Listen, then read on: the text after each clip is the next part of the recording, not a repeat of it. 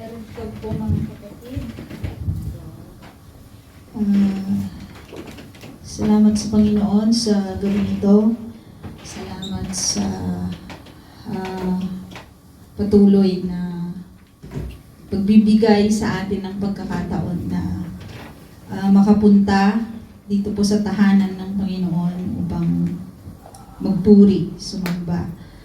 At those songs that we sang, if we realize those messages, we can see how the Lord loved you and me. At sa gabing ito mga kapatid, the last time we've learned about the tradition and commandments versus the commandments. At sinabi po ng Panginoong Jesus, di ba, the Pharisees and Sadducees, they're willing to do the traditions of their elders, but they are not really obeying the commands of the Lord. Kaya ang Panginoon ay sinabihan po sila patungkol sa commandments, di ba, ng Panginoon, nagpaparumi, yung tunay na nagpaparumi ng buhay ng isang tao, hindi yung paghuhugas ng kamay, kung hindi yung hindi pag-obey sa salita po ng Panginoon. At sa gabing ito mga kapatid, titignan natin ang buhay ng isang hintel, ng isang babae, that she cried out for mercy, or she cried out of mercy and strong faith that brought an answer to her request. She's so desperate sa kanya pong paglapit at paghingi sa Panginoon. And to the point na isa po siyang Gentile. Isa siyang descendant ng mga Canaanites na kasi sabi ni Mark, taga Syrophoenician siya.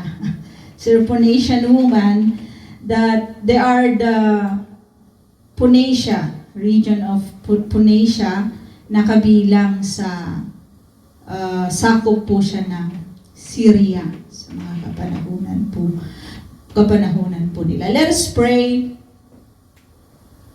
Amang banal na makapangyarihan po sa lahat, pinupuri ka namin, pinapasalamatan ka namin. Salamat sa pagliligtas mo sa bawat isa po sa amin. At sa pagkakataong ito, Ama, we lay down everything to you, your word, Panginoon, sa gabing ito.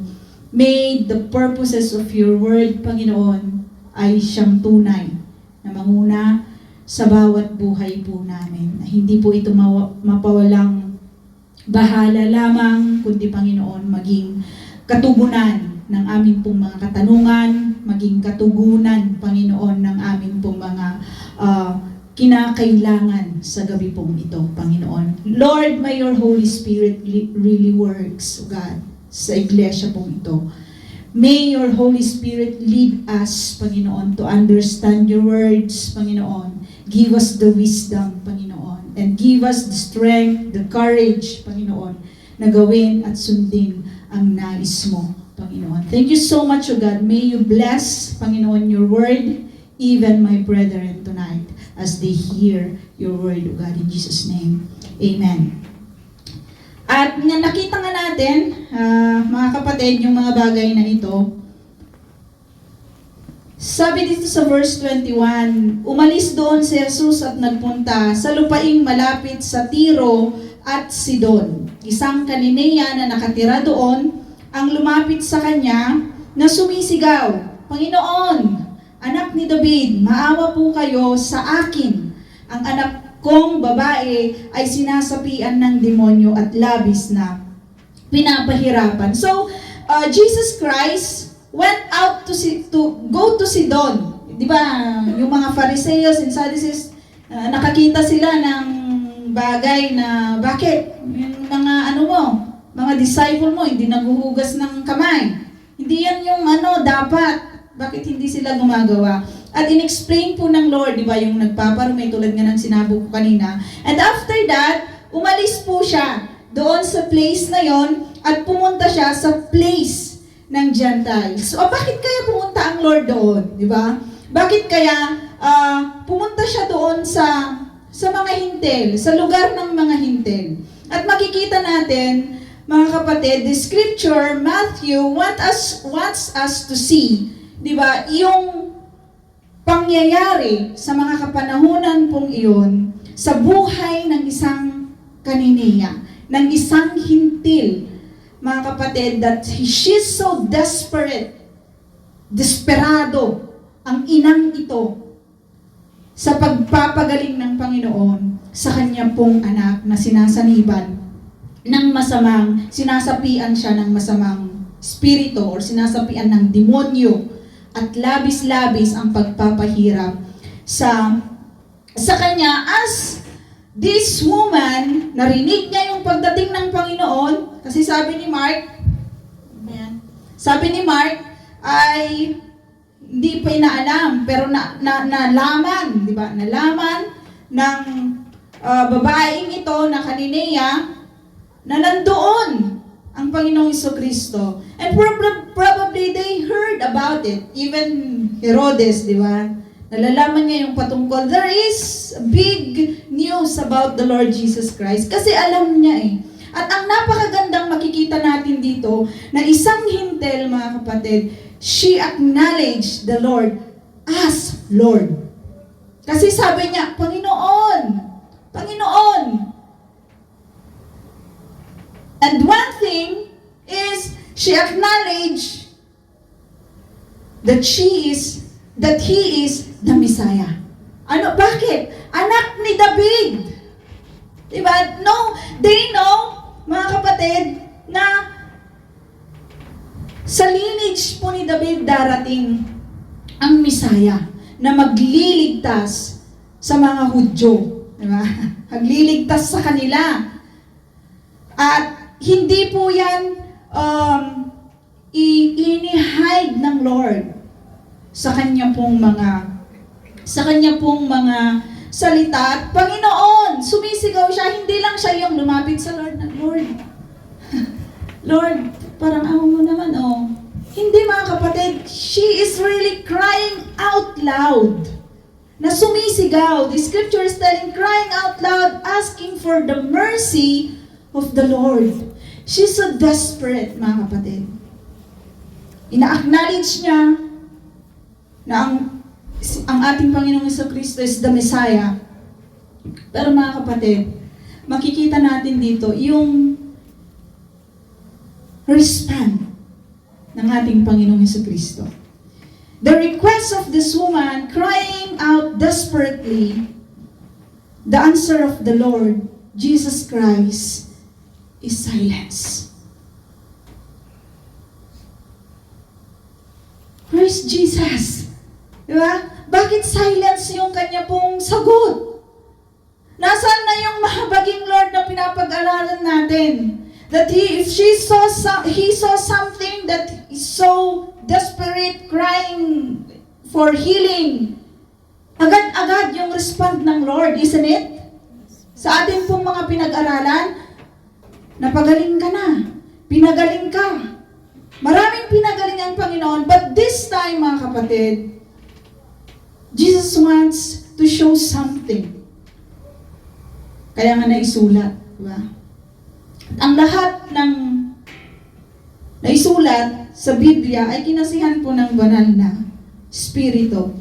At yung answer ng Lord, ngunit hindi sumagot si Jesus.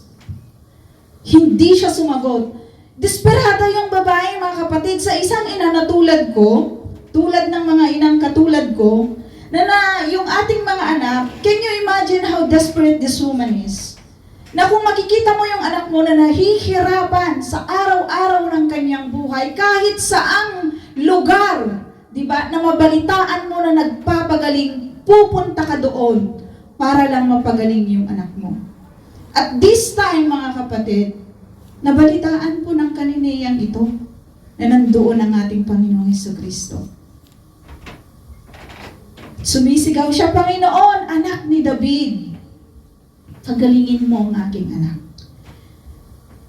Pero the unusual response of the Lord Jesus Christ is silence, mga kapatid. And sometimes, tayong mga mananampalataya, di ba sometimes yung ating mga pinapanalangin sa Panginoon, sometimes, di ba, nawawalan tayo ng pasensya. Kasi hindi natin agad-agad na kukuha yung respond ng ating pong mga panalangin.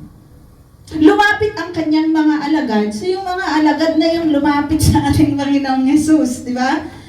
Lumapit sa kanyang mga alagad at sinabi kay Jesus, paalisin na nga po ninyo siya. Napakaingay niya at sunod ng sunod sa atin. You see the annoyance of these people, of these disciples. Hindi dahil paalisin nyo na siya or itataboy siya ng Lord. They are asking na i-grant na ng Lord, di ba? Yung kahilingan ng babaeng ito upang sa ganon manahimik na siya. Kasi sumisigaw siya Sumisigaw siya, Panginoon, anak ni David, maawa po kayo sa akin, pagalingin ninyo ang aking anak. These disciples are so annoyed to this woman crying out loud to the Lord. At sinabi po nila sa Panginoon, paalisin na po ninyo yan. Pakaingay. Diba? And sometimes, diba, makikita natin yung ating sarili sa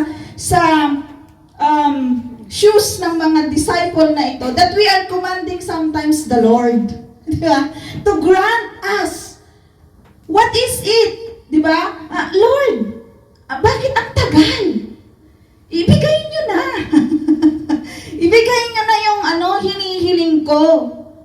It's like alam mo yan, yung brat, yung talibang, yan? Spoiled brat. Diba? Na gusto na nilang ibigay para lang manahimik yung babaeng ito. Ngunit mga kapatid, God is so tenderly showing us sa scripture po na ito, how you, Gentiles, loved by this God. Hindi siya sumagot, walang sumagot. Yung mga alagad, naiinis na, kinukumand na nila ang Lord. It seems that Jesus, they doesn't know what He is doing, di ba? Sa mga kapanahunan po nila. Paalisin na po ninyo yan. Napakaingay. Napakaingay. Yun po ang kanilang sinabi. Sumagot si Jesus. When the disciples told that sa ating Panginoong Hesukristo, sumagot si Jesus. Sabi niya, sa mga naliligaw na tupa ng sambahayan ng Israel lamang ako isinugo.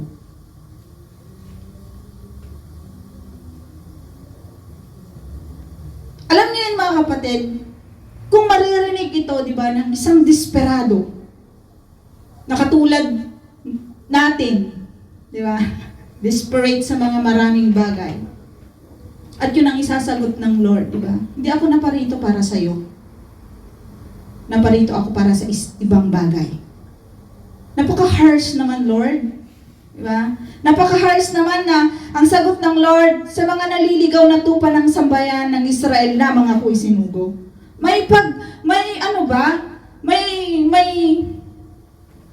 May ibig bang sabihin na ang bagay na ito, Lord? Napaka-harsh mo naman pong magsalita. But you know, mga kapatid, Jesus' first responsibility is to share the gospel to the Israelites. Pero nireject nila yun. They don't like it. Ayaw nila.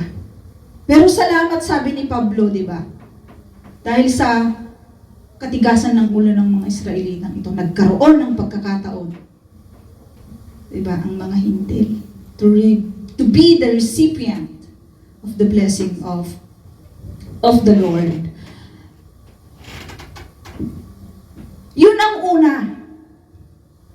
But there will come a time, mga kapatid, hindi ibig sabihin nun na hindi tayo kasali sa plano ng Panginoon. Mga kapatid, we are on the plan, but there's a process, mga kapatid. May proseso po ang ating Ama sa pamamagitan ng ating Panginoong Jesucristo to be the recipient of His blessing in tenderly amazing love. Gaya ng mga kinakanta natin, yung amazing love. Naalala ko lang kasi ito sa isa sa mga pinakapaborito kong kanta nung na-intern ako. Intern. Na it leads me to weep all the time. Pag inaawit ko siya ng talagang because kung titignan natin yung buhay natin, I'm not worthy. We are not worthy. But you, the King, diba? Our King died for us. It's an amazing love that we cannot compare.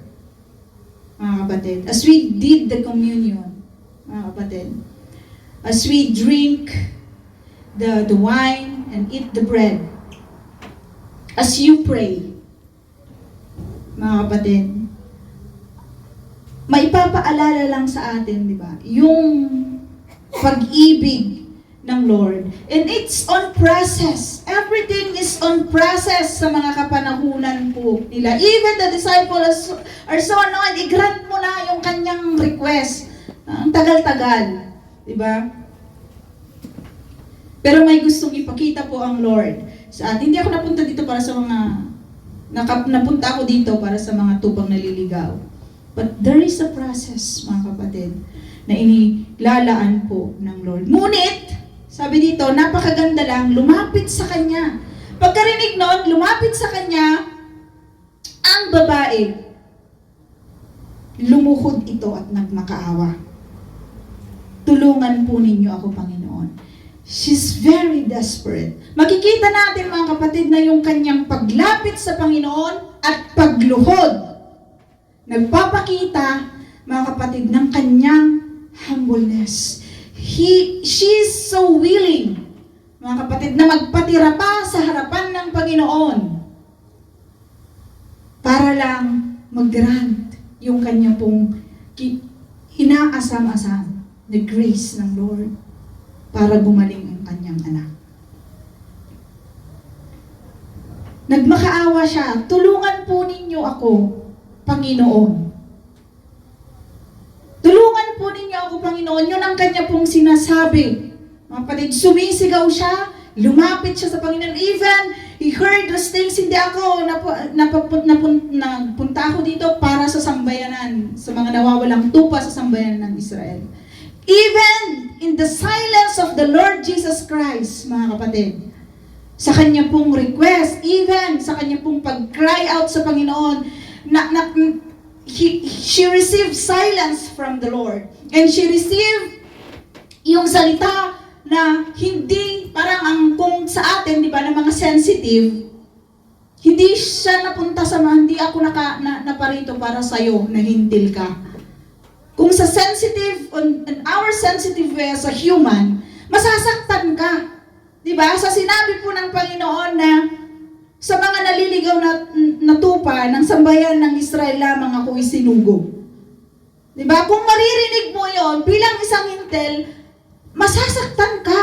Diba? Kasi hindi ka kabilang doon sa mga tupang yun. Hindi tayo kabilang, mga kapatid. Pero gustong ipakita ng Lord, diba? We can just see it here, mga kapatid, as we celebrate our communion.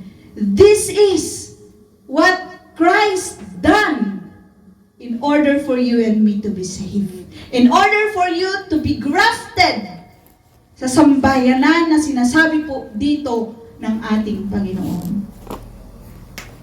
Are you grateful for that? Mga kapatid, are you grateful that you are grafted in the family of God? Let's rejoice for that.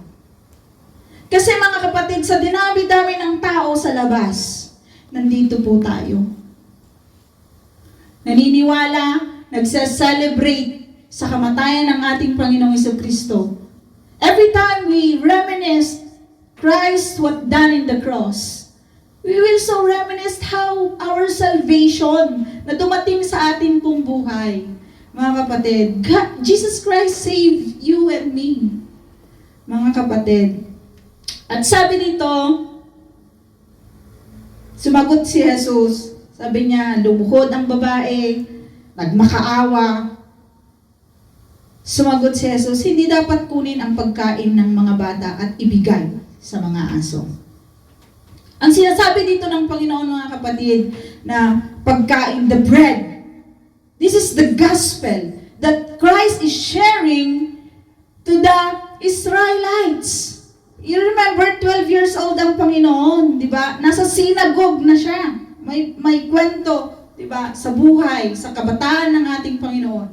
Nag-share siya doon sa loob ng synagogue. At namangha ang mga tao sa kagalingan, the wisdom that He has ng ating pong Panginoong Jesucristo. Hindi po, ang Panginoong Jesucristo, mga kapatid, He always in the synagogue, He always in the midst of people sharing the gospel. Naparito siya, mga kapatid, to share those gospel sa mga kababayan niya. Pero yung pagkain na ito, mga kapatid, na ibinibigay ng Lord sa mga Israelita, they rejected it, mga kapatid. Ayaw nila. Di ba? Makikita natin na mas mahalaga pa yung tradisyon. Di ba? Mas mahalaga sa kanila yung tradisyon kaysa yung commandments ng Lord. Mas mahalaga yung pagpaplat ng kamatayan ni Kristo kaysa yung pagtanggap na ang Misaya ay dumating na. Ayaw nilang tanggapin yung bagay po na ito. Ang sabi ng Panginoon, hindi dapat kunin ang pagkain ng mga bata at ibigay sa mga aso. Sino yung mga aso na yun? The Gentiles. Pero napakaganda yung sagot ng kaniniyang ito, mga kapatid. That it makes me makikita lang natin dito na talagang ina-acknowledge niya that she is not worthy. She's not so worthy. Pero ang sabi niya dito, totoo nga. Opo, Lord, totoo. Na we are not worthy. We Gentiles are not worthy for your blessings. We are not worthy for this. Totoo nga, Panginoon. Ngunit, ang mga aso man po ay kumakain ng mumong nalalaglag sa hapag ng kanilang Panginoon. Tugon ng babae. How this woman set aside his pride, set aside yung kanyang sarili, di ba? Yung pag-acknowledge niya, na opo, Panginoon, totoo po yan. Na hindi natin po pwedeng sabihin na hindi yan, Lord. Grabe naman, aso. Kumpara mo kami sa aso, grabe. Diba? We have a lot of sensitivity na masagi lang konti yung ating mga pride minsan, diba? Nagre-retaliate tayo. Pero ang babaeng ito, mga kapatid, na isang hintil, na unworthy, hindi lang talaga siya worthy, diba? Sa blessing ng Panginoon. But he is so desperate. He is asking for the grace of God. To this point, he acknowledged, Lord, totoo po yan. Ngunit ang mga mumong nahuhulog, di ba, ay kinakain ng mga aso sa nahuhulog ng kanila pong Panginoon. At sinabi sa kanya ni Jesus, ginang, napakalaki ng iyong pananampalataya. Mangyayari ang hinihiling mo at noon di gumaling ang kanyang anak. You know, mga kapatid, this was the response of the Lord Jesus Christ. From the beginning of this story, the response of the Lord Jesus Christ is to heal this little child. the daughter of this Canaanea. But He wants us to show. Jesus wants to show to us, mga kapatid, that we Gentiles, we are not worthy. We are not worthy. Mga kapatid, sino nga ba tayo? Pero minsan, mas mataas yung pride natin. Mas mataas, napakataas yung pride natin that we don't want to cry out loud to the Lord, begging for His mercy, begging for forgiveness, begging for the help na galing po sa Panginoon. Because we are so confident sa atin pong mga sarili. Confident tayo that we can be able to do things. Confident tayo na with pride na magagawa natin ang lahat ng bagay.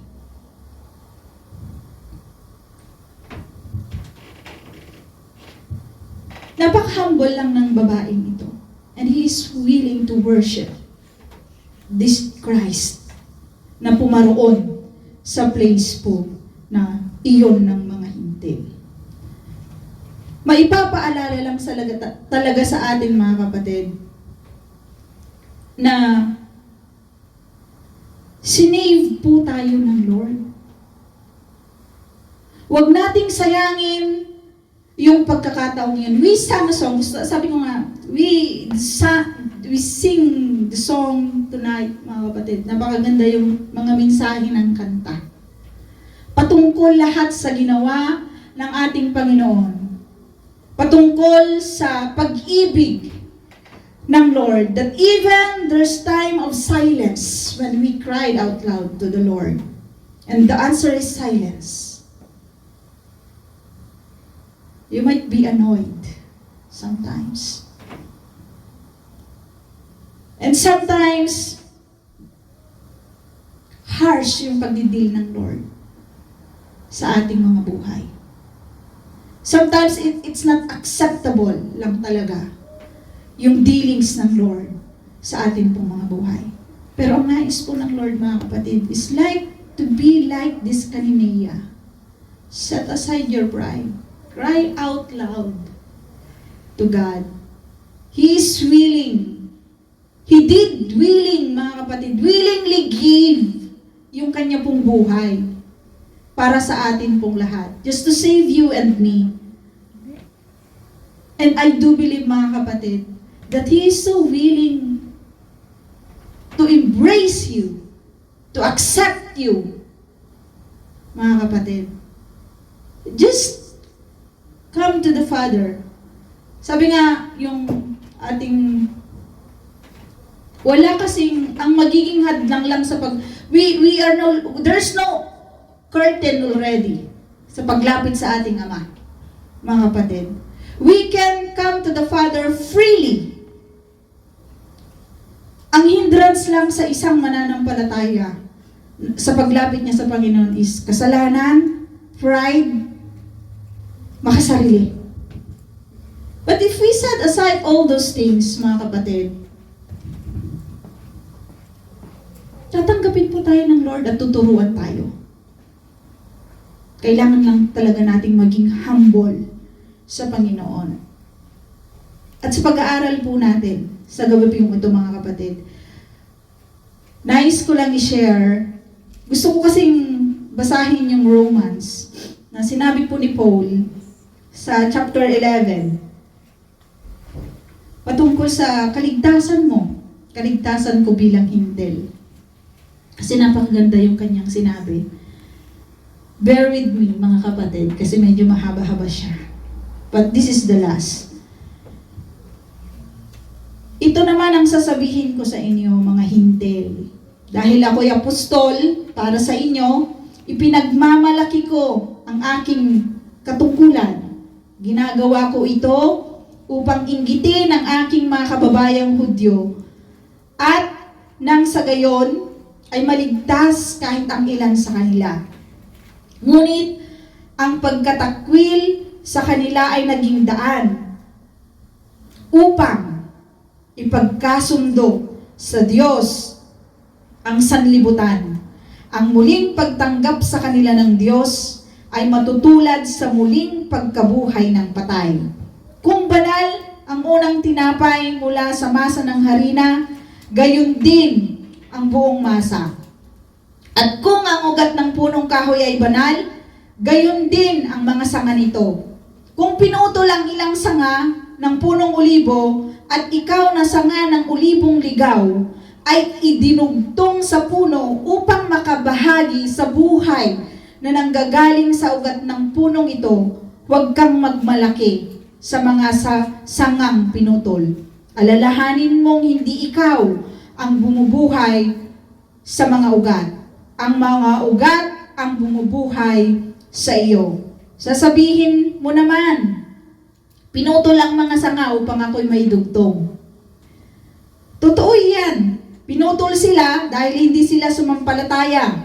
Ngunit ikaw naman ay nananatili sa puno dahil sa iyong pananampalataya. Kaya't huwag kang magmalaki. Sa halip ay matakot ka, sapagkat kung ang mga tunay na sanga ay hindi pinanghinayangan ng Diyos, ikaw pa kaya ang panghinayangan niya? Dito'y nakikita natin ang kabutihan at kabagsikan ng Diyos.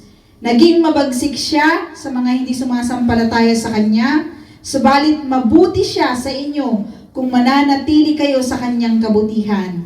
Kung hindi, kayo may puputulin din. Ang mga Hudyo'y idinugtong niyang muli sa puno kung sila ay sasampalataya, sapagkat kayang gawin iyan ng Diyos. Kung ikaw na sangang galing sa ulibong ligaw ay naidugtong sa tunay na ulibo, kahit na ito'y salungat sa kalikasan, lalo pang madaling idugtong sa puno ang mga talagang sanga nito. Mga kapatid, isang hiwaga ang nais kong malaman ninyo upang hindi maging mataas ang palagay ninyo sa inyong sarili. Ang pagmamatigas ng Israel ay sa isang bahagi lamang hanggang sa mabuo ang takdang bilang ng lahat ng mga hintil na lalapit sa Diyos. Sa paraang ito, maliligtas ang buong Israel tulad ng nasusulat. Magmumula sa Zion ang tagapagligtas, papawiin niya ang kasamaan sa lahi ni Jacob, at ito ang gagawin kong kasunduan namin kapag pinawi ko ng kanilang mga kasalanan.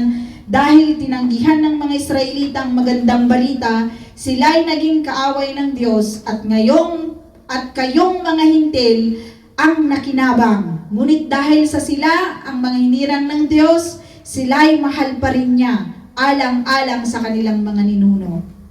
Sapagkat hindi nagbabago ng isip ang Diyos tungkol sa kanyang mga kaloob at pagtawag. Noon kayong mga hintil ay hindi sumusunod sa Diyos, ngunit ngayon kayo ay tumanggap ng habag ng Diyos nang sumuway ang mga Hudyo. Gayon din naman, dahil sa habag ng Diyos na inyong naranasan, sinuway naman ngayon ng mga Hudyo ang Diyos. Nang sa gayoy maranasan din nila ngayon ang kanyang habag, sapagkat hinayaan ng Diyos na maalipin sa pagsuway ang lahat ng tao upang maipadama niya sa kanila ang kanyang habag.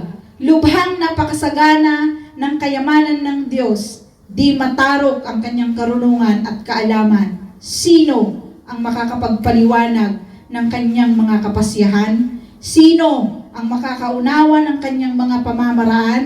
Gaya ng nasusulat, sino ang nakakaalam ng pag-iisip ng Panginoon? Sino ang maaaring maging tagapayo niya?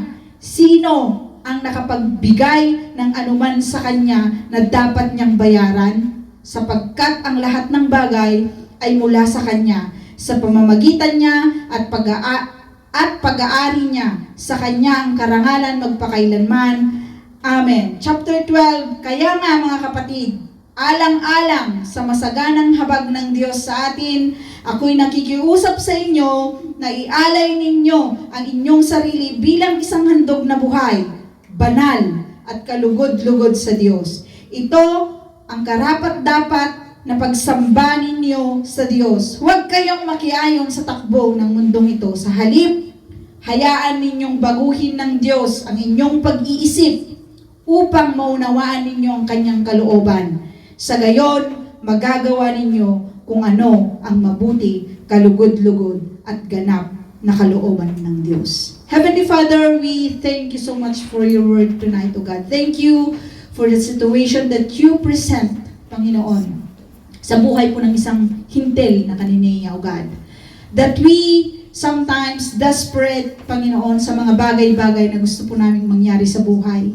Sometimes we receive silence. Sometimes we receive harsh word from you, Panginoon. But God, truly, Lord, you want to show your love to us. And we thank you, God. Thank you, Jesus, for your loving kindness, unending, unconditional love sa mga buhay po namin. Even though, Panginoon, we sometimes, O God, ay hindi po nag-uubay, Panginoon. Hindi po nagiging tama yung amin pong paglakad. Ngunit salamat sa inyo pong mga salita, Panginoon. Thank you that you grafted us, Panginoon, sa inyo pong mga pamilya. Lord, we are not worthy sa pag-ibig mo, ngunit pinili mo po kami. Sa libo-libo, Panginoon, ng mga hintil, Panginoon, pinili mo kami sa gabing ito, Panginoon, upang maging iyo.